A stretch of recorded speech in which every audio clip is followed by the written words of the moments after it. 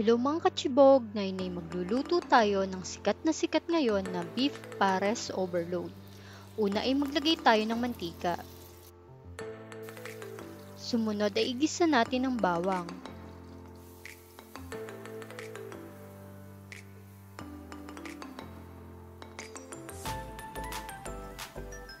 Sunod ay ilagay na natin ang sibuyas. Puting sibuyas nga pala ang ginamit ko dito. Haluin lang ito hanggang sa mag-caramelize ang sibuyas.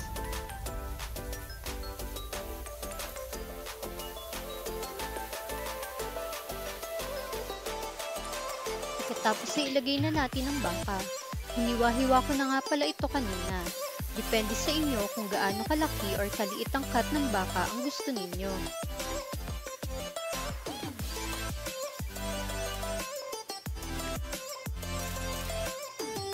Naglagay na din ako ng pamintang pino.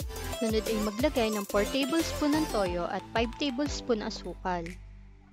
Haluin lang ito at hayaang kumulo hanggang sa maging malapot na ang sabaw.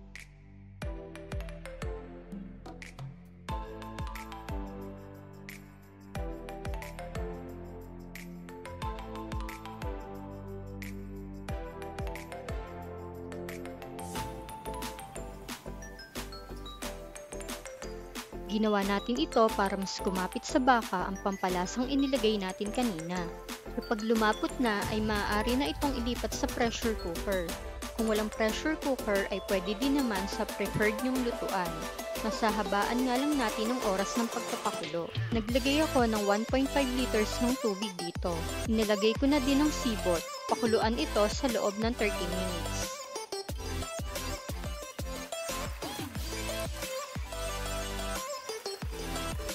Habang nakasalang ang baka, ay papakuluan ko muna ang liempo. Lagyan ito ng 1 pirasong sibuyas, 3 pirasong bawang, pamintang buo, asin at dahon ng laurel. Pakuluan ito sa loob ng 15 minutes.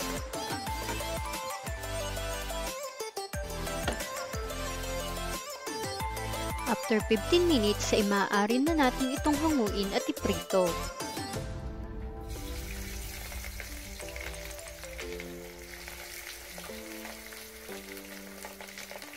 Hiwain ito ayon sa gusto nyong size. Pagkatapos ay itabi muna ito pansamantala. Gagamitin natin itong pang-toppings mamaya sa ating beef pares.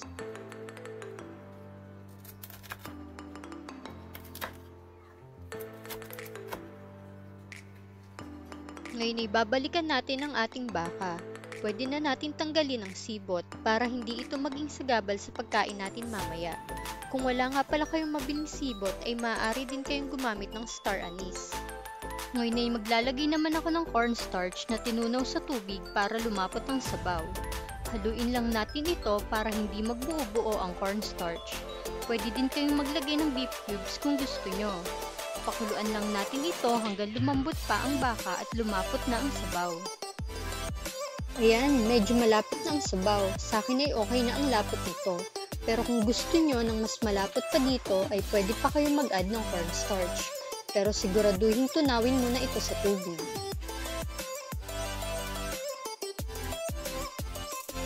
Ngayon ay ready na ang ating beef pares overload.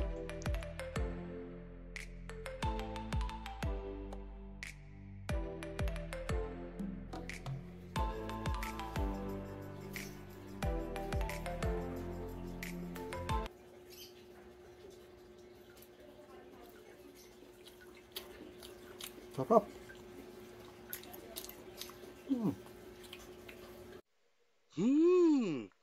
Lasa.